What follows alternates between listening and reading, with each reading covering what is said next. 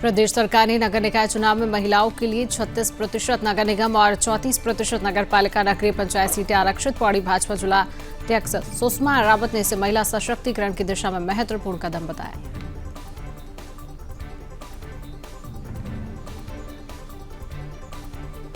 रुद्रपुर विधायक शिव अरोड़ा ने 500 वाहन क्षमता वाली पार्किंग का किया उद्घाटन, जो महिला समूह द्वारा संचालित होगी।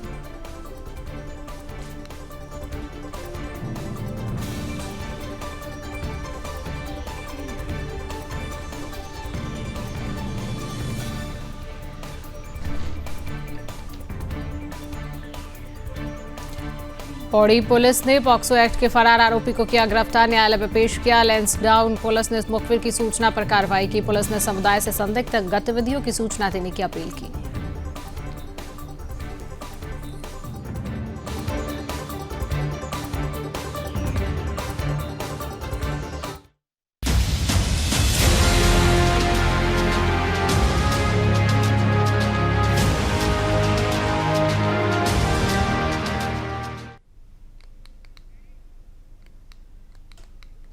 नमस्कार, बहुत स्वागत है आप सभी का। आप देख रहे हैं अपना उत्तराखंड और मैं हूं आपके साथ शिवांगी जैन। बुलेटिन की शुरुआत करेंगे खास खबरों के साथ।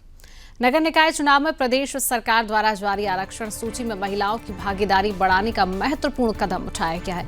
इस बार नगर निगम में 36%, नगर पालिका और नगर पंचायतों में 34% सीटें महिलाओं के लिए आरक्षित की गई हैं। खास बात यह है कि पौड़ी नगर पालिका की सीट पहली बार महिला सामान्य के लिए आरक्षित की गई है, जिससे क्षेत्र में महिला सशक्तिकरण की दिशा में एक सकारात्मक कदम उठाया गया है। भाजपा जिला अध्यक्ष सुषमा रावत ने इसे महिला सशक्तिकरण के लिहाज से सराहनीय कदम बताया और कहा कि यह निर्णय लंबे समय से राजनीति में सक्रिय महिलाओं के लिए सुनहरा अवसर साबित होगा। रावत ने बताया कि जिले में नगर पालिका पौड़ी और नगर पंचायत थलीसैंण के अध्यक्ष पद पर महिला सीट आरक्षित होने से अब अधिक महिलाएं राजनीति में सक्रिय होकर समाज की सेवा में योगदान दे सकेंगी। भारतीय जनता पार्टी ने जब एक महिला को यहाँ पर जिलाध्यक्ष बनाया है, चारों की चारों सीटों पे इति विजय श्री दिलाकर चारों की चारों सीटों को जितवाऊंगी और पार्टी पुराने कार्यकर्ता हम सब जुटेंगे और ये सीट 100% भारतीय जनता पार्टी के खाते में जाएगी। भारतीय जनता पार्टी जिंदाबाद जिंदाबाद जिंदाबाद। भारतीय जनता का धन्यवाद करना चाहती हूँ कि जिन्होंने पहली बार यहाँ पर महिला सीट की है पौड़ी नगर पालिका की, और पूरे जिले में 2 सीट महिलाओं की हुई है, एक नगर पंचायत थलीसैंण में और एक पौड़ी में। और मैं क्योंकि पौड़ी एक ऐसा शहर है जहां पर हर साल महिलाएं अपनी तैयारी करती थी, आज महिलाएं अपने को बहुत ही गौरवान्वित महसूस कर रही हैं कि मतलब पहली बार जो नगर पालिका की हमारी सीट हुई है। और इसी उसमें मैं भी एक जिलाध्यक्ष होने के नाते, और हमारे यहाँ पर कई महिलाओं ने 5-6 महिलाओं ने दावेदारी कर रखी है, और सभी महिलाएं बाद में एकजुट होकर काम करेंगी जिसको भी टिकट मिलता है। देखो, पार्टी फॉरम में तो ऐसा है कि दावेदारी करने का सबको स्वतंत्र है, क्योंकि सबकी इच्छा होती है कि मैं भी दावेदारी करूं और मैं भी दावेदारी करूं, परंतु एकजुट कर काम करेंगे और अपनी नगर पालिका पौड़ी को जिताकर हम सरकार की झोली में डालेंगे। अब मेरे पास 4 सीटें आती हैं, 2 नगर पंचायत है, 1 नगर पालिका है और 1 नगर निगम है। अब मैं आश्वस्त करती हूँ सरकार को कि मैं 4 सीटें जिताकर आपकी झोली में डालूंगी और पार्टी पुराने कार्यकर्ता हम सब जुटेंगे और ये सीट 100% भारतीय जनता पार्टी के खाते में जाएगी। भारतीय जनता पार्टी जिंदाबाद जिंदाबाद जिंदाबाद। भारतीय जनता पार्टी जिंदाबाद। मैं तो धन्यवाद करने आई हूँ। जैसे ही मेरे पास लिस्ट आई। पौड़ी पुलिस द्वारा इस वर्ष अब तक साइबर ठगी और वित्तीय धोखाधड़ी के खिलाफ बड़ी कार्रवाई की गई है। वरिष्ठ पुलिस अधीक्षक लोकेश्वर सिंह ने जानकारी दी कि जनवरी 2024 से अब तक साइबर सेल ने 95 मामलों में 46 अभियोग पंजीकृत किए हैं, जिनमें 19 गिरफ्तारियां और 23 नोटिस तामील किए गए। इस दौरान 55,37,200 रुपए की धनराशि पीड़ितों के खातों में वापस की गई है। वहीं फाइनेंशियल फ्रॉड यूनिट ने 10 मामलों में 26 अभियोग दर्ज किए और 10 आरोपी को गिरफ्तार कर 6 अन्य को नोटिस भेजे हैं। इन मामले में 48,49,000 रुपए की धनराशि पीड़ितों को लौटाई गई है। कुल मिलाकर पौड़ी जिले में साइबर सेल और एफएफयू की संयुक्त कार्रवाई में 72 अभियोग पंजीकृत किए गए, जिनमें 29 आरोपियों को गिरफ्तार किया गया और 29 को नोटिस भेजे गए हैं।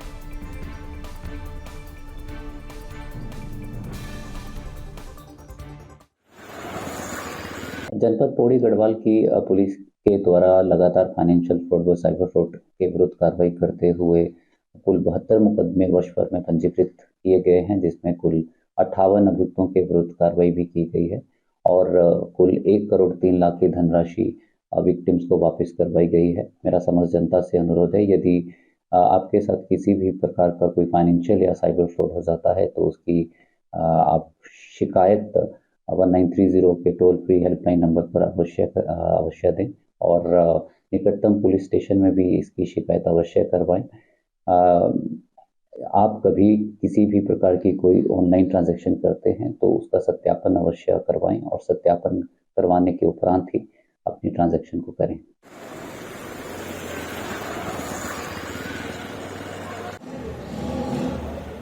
पुलिस की यहां पर बड़ी कार्रवाई देखी गई है। साइबर ठगों से बचने के लिए पुलिस ने चेतावनी दी है। साइबर ठगी में 72 मुकदमे दर्ज किए गए हैं, जिसमें से 29 लोगों को गिरफ्तार किया गया है। पौड़ी पुलिस की बड़ी कार्रवाई यहां पर देखने को मिली है, जहां पर लगातार साइबर ठगी से बचाव के लिए पुलिस निरंतर जागरूकता अभियान भी चला रही है और किसी जनता से सतर्क रहने की भी अपील की जा रही है कि किसी भी संदिग्ध लिंक या कॉल पर ध्यान न देने की अपील है कि अगर कोई भी लिंक आता है या कोई भी फ्रॉड कॉल किया जाता है तो इससे बचा जा सके। साइबर ठगी से बचाव के लिए पुलिस भी लगातार अभियान चला रही है और आम जनता को जागरूकता करने के लिए अभियान भी चलाया जा रहा है, जहां पर पौड़ी पुलिस ने एक बड़ी कार्रवाई की है। साइबर ठगी में 72 मुकदमे अब तक दर्ज कर लिए गए हैं, 29 लोगों को गिरफ्तार कर लिया है और साइबर ठगों से बचने के लिए पुलिस ने चेतावनी भी दी है।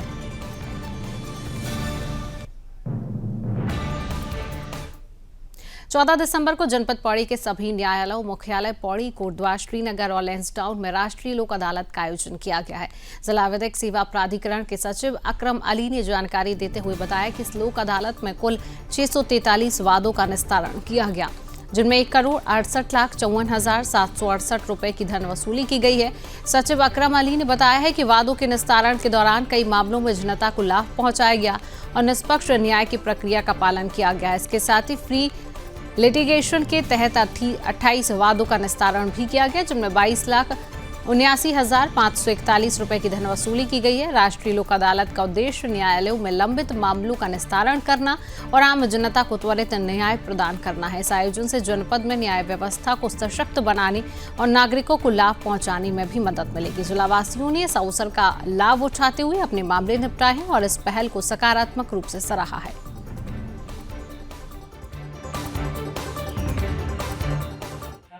माननीय राष्ट्रीय विधिक सेवा प्राधिकरण नई दिल्ली के निर्देशानुसार आज दिनांक 14 दिसंबर 2024 को राष्ट्रीय लोक अदालत का आयोजन पूरे भारतवर्ष में किया जा रहा है, जिसके अनुक्रम में हमारे राज्य के समस्त जनपदों में भी इसका आयोजन किया जा रहा है। राष्ट्रीय लोक अदालत हेतु जनपद पौड़ी गढ़वाल में भी हमारे जिला मुख्यालय के अतिरिक्त जितने भी बाह्य न्यायालय हैं, जिनमें कोटद्वार, लैंसडाउन, श्रीनगर, धूमाकोट, इन सभी न्यायालयों में राष्ट्रीय लोक अदालत का आयोजन किया जा रहा है। राष्ट्रीय लोक अदालत को सफल बनाए जाने हेतु हमारे जनपद पौड़ी गढ़वाल में समस्त न्यायालय हेतु कुल 7 पीठों का गठन किया गया है। हर प्रत्येक पीठ में एक न्यायिक अधिकारी तथा एक अधिवक्ता होते हैं, जो कि लोक अदालत में आने वाले समस्त मामलों का निस्तारण उनके माध्यम से होता है। 16 जो भी मामले राष्ट्रीय लोक अदालत में आते हैं वो 16 समझौता के आधार पर दोनों पक्षकारों की आपसी सहमति के आधार पर निस्तारित किए जाते हैं।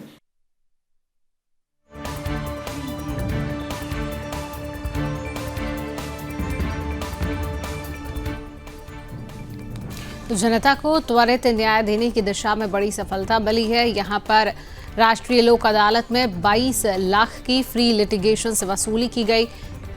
अदालत में 643 वादों का निस्तारण किया गया है। पौड़ी में राष्ट्रीय लोक अदालत में 643 वादों का निस्तारण और राष्ट्रीय लोक अदालत में 22 लाख की फ्री लिटिगेशन से वसूली की गई और जनता को त्वरित न्याय देने की दिशा में एक बड़ी सफलता मिली है।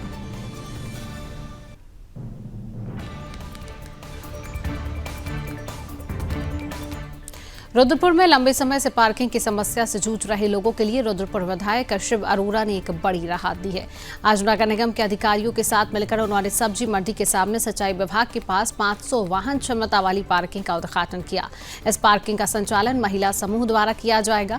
उद्घाटन के दौरान विधायक ने अपनी कार पार्क कर महिला समूह के खाते में ऑनलाइन भुगतान भी किया है।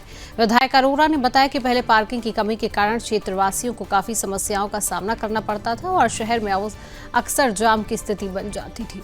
इस पर नए पार्किंग स्थल के निर्माण से न केवल पार्किंग की समस्या हल होगी बल्कि मुख्य बाजार के पास होने के कारण लोगों को आने जाने में भी कोई दिक्कत नहीं होगी।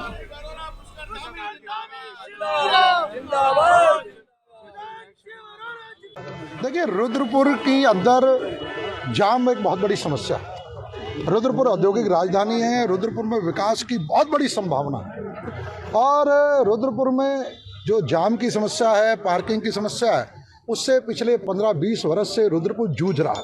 रुद्रपुर की जनता जूझ रही है और इस कारण से रुद्रपुर के व्यापारियों का व्यापार भी कहीं जिस स्तर पर होना चाहिए उस स्तर पर नहीं पहुंच पा रहा। तो हमने चुनाव से पहले ही ये कहा था कि अगर रुद्रपुर की जनता सेवा का अवसर देती है हमें, तो हम पार्किंग एक हमारे एजेंडे में मुख्य विषय था कि रुद्रपुर के अंदर पार्किंग होनी चाहिए।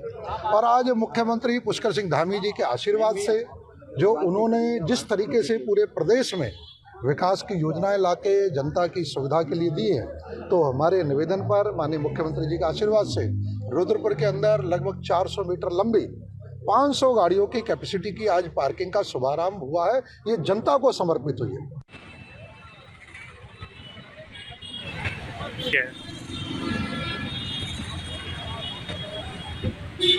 तो पार्किंग समस्या का समाधान होगा। महिला समूह इसके लिए संचालन कर रही हैं। ये समस्या का समाधान जो है किया जा रहा है। विधायक अरोड़ा ने कहा है कि पार्किंग की जो समस्या है उसका समाधान किया जाएगा और विधायक अरोड़ा ने पार्किंग के लिए 5 लाख रुपए देने की भी घोषणा कर दी है। रुद्रपुर में 500 वाहन क्षमता वाली नई पार्किंग का उद्घाटन भी यहां पर किया गया है कि स्थानीय लोगों को जिस तरीके से पार्किंग में असुविधा होती है उस समस्या का समाधान किया जाएगा और पार्किंग स्थल को और बेहतर भी बनाया जाएगा और अन्य जरूरी काम भी पूरे किए जा सकेंगे। इस कदम से रुद्रपुर शहर में यातायात व्यवस्था में भी सुधार होगा और स्थानीय लोगों को पार्किंग की समस्या से भी निजात मिलेगी।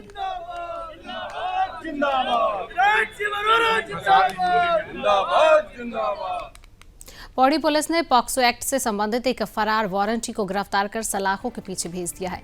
वरिष्ठ पुलिस अधीक्षक ने लोकेश्वर सिंह ने जनपद के सभी थाना प्रभारी को न्यायालय से प्राप्त गैर जमानती वारंटी की 100% तामील कर अभियुक्तों को गिरफ्तार कर लिया है और न्यायालय में पेश करने के निर्देश दिए थे। यहां पर पुलिस ने मुखबिर से मिली सूचना के आधार पर कफलड़ी क्षेत्र में छापा मारकर एक फरार आरोपी को गिरफ्तार किया जो काफी समय से न्यायालय में उपस्थित नहीं हो रहा था। गिरफ्तार किए गए आरोपी के खिलाफ पॉक्सो एक्ट के तहत मामला दर्ज है और उसे न्यायालय में पेश कर आवश्यक वैधानिक कार्रवाई भी की जा रही है। इस गिरफ्तारी में लैंसडाउन पुलिस टीम में उपनिरीक्षक संजय रावत और आरक्षी कपिल शामिल रही हैं। पुलिस ने बताया कि इस प्रकार की कार्रवाई से अपराधियों में कानून का भय होगा और पुलिस की निष्पक्षता को भी सुनिश्चित किया जाएगा। साथ ही पुलिस ने सफलता को समुदाय की मदद से प्राप्त बताया। लोगों से अपील की है कि वे किसी भी संदिग्ध गतिविधि की सूचना पुलिस को दें।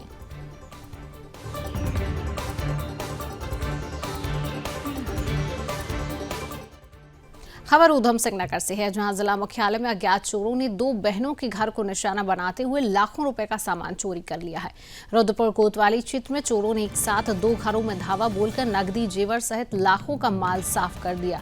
जहां पर सूचना पर पहुंची पुलिस ने चोरों की तलाश शुरू कर दी और पुलिस घटनास्थल पर पहुंचकर आसपास में लगे सीसीटीवी कैमरे भी खंगाल रही है।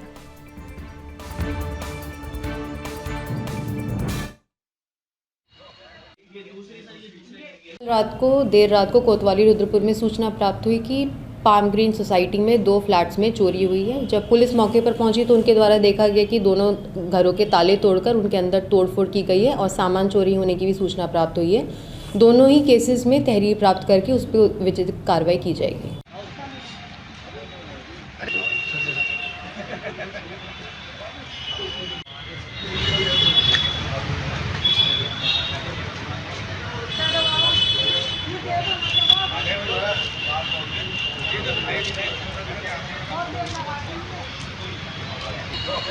ये दूसरी सर, ये दूसरे घर की है ना? दो घरों में हुई है ना सर। दूसरा घर का है? जी, वो भी नहीं सर, मतलब 100 मीटर की दूरी पे।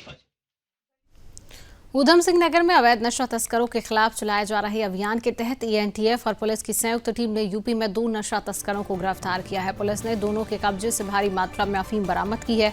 पुलिस के मुताबिक दरऊ रोड खमरिया तिराहे पर एएनटीएफ टीम के नेतृत्व में पुलिस की संयुक्त टीम वाहन चेकिंग कर रही थी।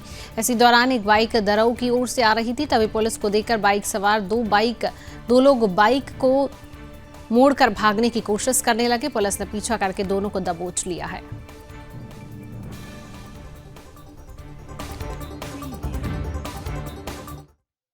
कल रात्रि को 11 तारीख को एएनटीएफ की टीम द्वारा ग्राम खमरिया कोतवाली रुद्रपुर क्षेत्र में एक मोटरसाइकिल पर 2 संदिग्ध लोगों को पकड़ा गया था, जिनके पास से 2 किलो अवैध अफीम बरामद की गई है।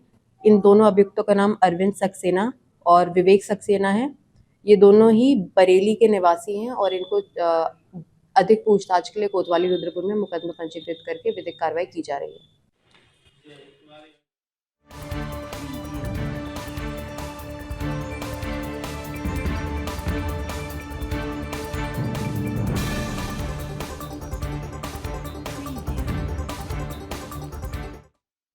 केदारनाथ मंदिर समिति ने तीर्थयात्रियों से श्री बद्रीनाथ और श्री केदारनाथ धाम की शीतकालीन पूजाओं में भाग लेने का आह्वान किया है। बीकेटीसी के मुख्य कार्याधिकारी विजय प्रसाद हपलियाल ने बताया कि मुख्यमंत्री पुष्कर सिंह धामी द्वारा 8 दिसंबर को ऊखीमठ के श्री ओंकारेश्वर मंदिर से 4 धाम शीतकालीन यात्रा का शुभारंभ करने के बाद शीतकालीन पूजा स्थलों पर तीर्थयात्रियों का उत्साह बढ़ा है। श्री बद्रीनाथ धाम की शीतकालीन पूजा युग बद्री पांडुकेश्वर और श्री नरसिंह बद्री जोशीमठ में संचालित हो रही हैं, जबकि श्री केदारनाथ धाम और श्री मद महेश्वर की शीतकालीन पूजाएं श्री ओंकारेश्वर मंदिर ऊखीमठ में संपन्न हो रही हैं। केदारनाथ धाम के कपाट बंद होने के बाद भगवान केदारनाथ की पंचमुखी डोली ऊखीमठ पहुंचती है। साथ ही द्वितीय केदार श्री मद महेश्वर जी की डोली भी वहीं शीतकालीन प्रवास करती है। इसके साथ ही शीतकालीन यात्रा दर्शन से तीर्थयात्रियों को पुनः लाभ प्राप्त हो रहा है।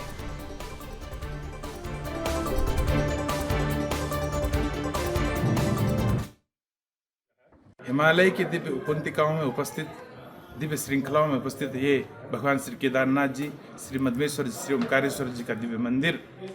इस स्थान पर भगवान श्री केदारनाथ जी, श्री मदमेश्वर जी की जब शीतकालीन कपाट बंद होते हैं तो भगवान श्री केदारनाथ जी, श्री मदमेश्वर जी की जो शीतकालीन पूजा है वो इसी दिव्य मंदिर में की जाती है। भगवान श्री केदारनाथ जी की इस शीतकालीन यात्रा को इस वर्ष हमारे यशस्वी मुख्यमंत्री, ऊर्जावान मुख्यमंत्री, युवा मुख्यमंत्री श्री पुष्कर सिंह धामी जी द्वारा इस दिव्य स्थान पे आकर के भगवान श्री केदारनाथ जी का, श्री मदमेश्वर जी का पूजन अर्चन संपन्न कर इस यात्रा का शुभारंभ किया गया, श्री गणेश किया गया। राज्य सरकार और श्री बद्रीनाथ केदारनाथ मंदिर समिति दृढ़ संकल्पित है इस यात्रा की सुव्यवस्था के लिए और सभी यात्रियों से निवेदन है कि इस दिव्य स्थान पे आकर के भगवान श्री केदारनाथ जी का, श्री मदमेश्वर जी का शीतकालीन पूजन दर्शन अर्चन कर अपने पुण्य के भागी बने। उत्तराखंड के पहाड़ी क्षेत्रों में हर वर्ष बर्फबारी के कारण कई स्थानों पर सड़कें और मार्ग बंद हो जाते हैं, जिससे लोगों को अस्पताल तक पहुंचने में कठिनाइयां होती हैं। विशेषकर गर्भवती महिलाओं को इस दौरान सबसे ज्यादा समस्या होती है, क्योंकि उन्हें समय पर अस्पताल पहुंचने के लिए मुश्किलें आती हैं।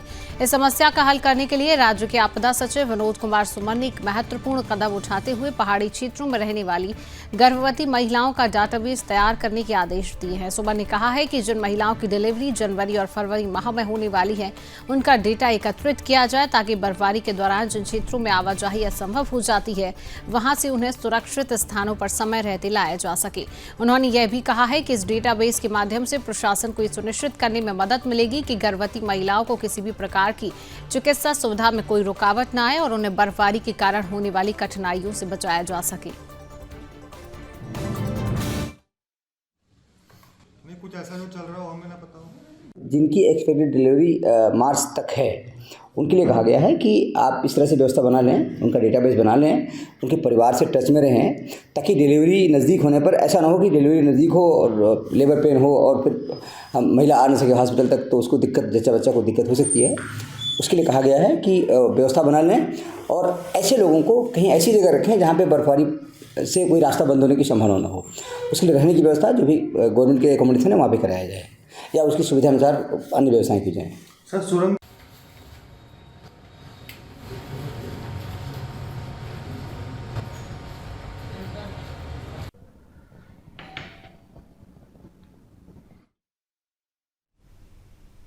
उत्तराखंड में शीतलहर के प्रभाव को देखते हुए सचिव आपदा प्रबंधन जिलाधिकारियों के साथ उन्होंने वर्चुअल बैठक आयोजित की और इस बैठक में शीतलहर से निपटने के लिए प्रदेश भर में किए जा रही राहत कार्यों की समीक्षा की गई है और मुख्यमंत्री पुष्कर सिंह धामी द्वारा सभी जिलों को शीतलहर से निपटने के लिए धनराशि उपलब्ध कराई गई है। इसके अलावा मुख्यमंत्री ने निर्देशित किया है कि यदि किसी जनपद को और धनराशि की आवश्यकता हो तो वे शासन को तुरंत डिमांड भेज सकते हैं। बैठक में विनोद कुमार सुबह ने शीतकालीन यात्रा को लेकर भी निर्देश दिए और कहा कि शीतकालीन यात्रा की शुरुआत हो चुकी है और यात्रा में आने वाले श्रद्धालुओं के ठंड के मौसम में किसी भी प्रकार की असुविधा न हो, इसके लिए विशेष ध्यान दिया जाए। उन्होंने कहा कि मौसम और सड़कों की स्थिति को देखते हुए यात्रियों को आगे रवाना किया जाए। यदि बर्फबारी के कारण मार्ग बाधित होती हैं तो यात्रियों को सुरक्षित स्थानों पर रोका जाए। साथ ही सचिव ने उन स्थानों पर अलाव जलाने की बात की जहां रात के समय आवाजाही रहती है ताकि यात्रियों को ठंड से राहत मिल सके। उन्होंने उत्तराखंड राज्य आपदा प्रबंधन प्राधिकरण द्वारा उपलब्ध कराए गए प्रारूप में प्रत्येक दिन राज्य आपातकालीन परिचालन केंद्र में इस संबंध में जानकारी भेजने की बात कही। यह कदम शीतलहर के प्रभाव को कम करने और यात्रियों की सुरक्षा सुनिश्चित करने के लिए उठाया गया है।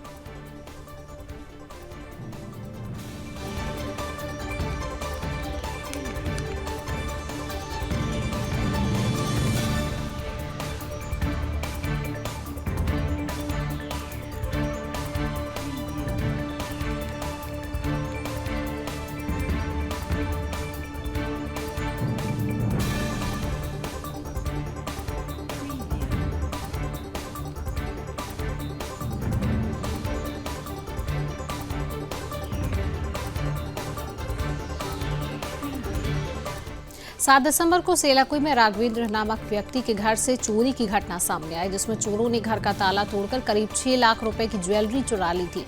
इस मामले में पुलिस ने तुरंत कार्रवाई करते हुए मामला दर्ज किया है और चोरों की तलाश शुरू कर दी है। पुलिस ने सीसीटीवी फुटेज और खुफिया जानकारी का उपयोग करते हुए चेकिंग अभियान भी शुरू किया। इस दौरान शुभम पवार नामक एक व्यक्ति को संदिग्ध मानते हुए गिरफ्तार किया गया है और उसके पास से चोरी की गई ज्वेलरी भी बरामद की गई है।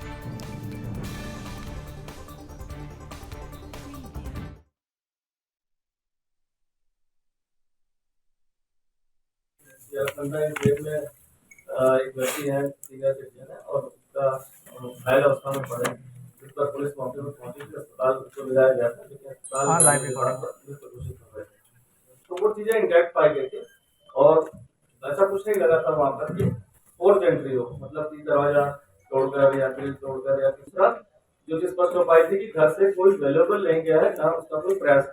इस तरह की जब बात आती है तो और घटना भी बड़ी दुसाहसिक रूप से थी, 8 बजे के करीब थी, ये भी लग रहा था।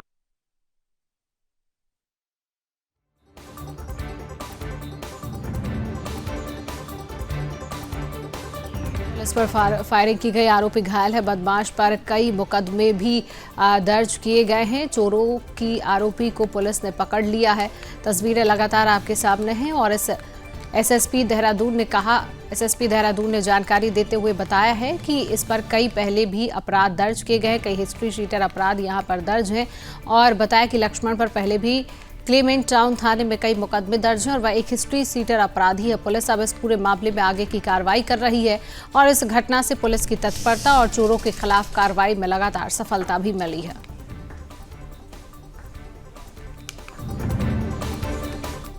कुमाऊं के एसपी स्वर्गीय खुशीराम जी की 138वीं जयंती धूमधाम से मनाई गई। इस अवसर पर हल्द्वानी के विभिन्न नेता और समाज सेवी एकत्रित हुए और आयोजित कार्यक्रम में भाग लिया है। कार्यक्रम के दौरान स्वर्गीय खुशीराम जी की प्रतिमा पर पुष्पमाला अर्पित कर उन्हें श्रद्धांजलि दी गई और उनके योगदान को याद किया गया। कार्यक्रम में मौजूद नेताओं ने खुशीराम जी के जीवन और कार्यों पर प्रकाश डाला। वक्ताओं ने कहा कि स्वर्गीय खुशीराम जी उत्तराखंड में सामाजिक क्रांति के अग्रदूत थे। उन्होंने न केवल सामाजिक जागरूकता का प्रचार किया बल्कि भूमिहीनों को जमीन दिलवाने के लिए संघर्ष किया है और उनके द्वारा अनुसूचित जाति के लोगों को शिल्पकार नाम दिए जाने की पहल ने समाज में समानता और सम्मान का संदेश दिया। बोलो बोलो बोलो बोलो।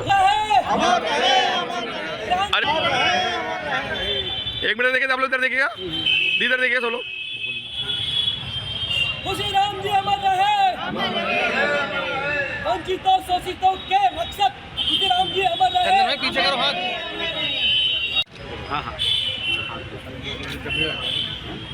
एक मिनट है, आ जाओ माला, एक माला में भी डालो, एक मिनट अरे मैं माला डालूंगा। दीदी हाथ जोड़ेगा, हाथ जोड़ेगा।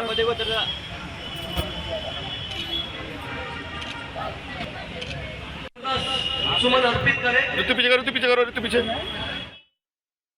ऋषिकेश से हरिद्वार जा रही पैसेंजर ट्रेन में यात्रियों से लूट की घटना में हड़कंप मच गया। ट्रेन में सवार बदमाशों ने यात्रियों के साथ मारपीट की और उनसे पैसे और अन्य कीमती सामान लूट लिए। यह घटना हरिद्वार और मोतीचूर के बीच की बताई जा रही है, जहां बदमाशों ने ट्रेन के अंदर घातक तरीके से लूटपाट की। घटना के बाद यात्रियों में भय और आक्रोश फैल गया, जिसके चलते जीआरपी पुलिस ने तुरंत अलर्ट जारी किया है। जीआरपी पुलिस ने कहा कि लूटपाट करने वाले बदमाशों को जल्द ही गिरफ्तार कर लिया जाएगा। पुलिस के अनुसार लुटेरों के चेहरे सीसीटीवी कैमरों में कैद हो गए हैं और जल्द ही उनकी पहचान कर उन्हें गिरफ्तार किया जाएगा। पुलिस अधिकारियों ने कहा है कि इस घटना की पूरी जांच की जा रही है और किसी भी दोषी को बख्शा नहीं जाएगा।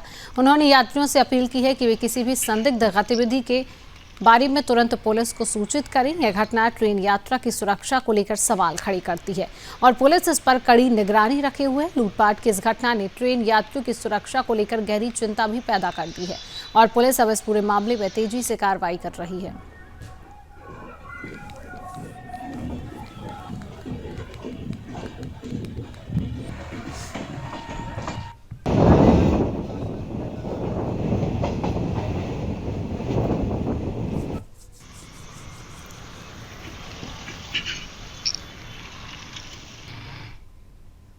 मुख्यमंत्री पुष्कर सिंह धामी ने कोटी कॉलोनी टेहरी गढ़वाल में 35वीं सीनियर राष्ट्रीय कैरो स्प्रिंट चैंपियनशिप के तहत टेहरी वाटर स्पोर्ट्स कप 2024 के समापन समारोह में प्रतिभाग किया है।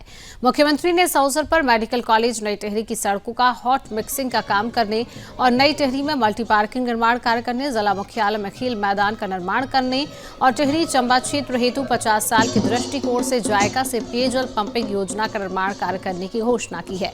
मुख्यमंत्री ने कैनोइंग प्रतियोगिता के ओवरऑल चैंपियनशिप में पुरुष और महिला कैटेगरी में पहला दूसरा स्थान प्राप्त करने वाले विजेताओं को ट्रॉफी और मेडल पहनाकर सम्मानित भी किया।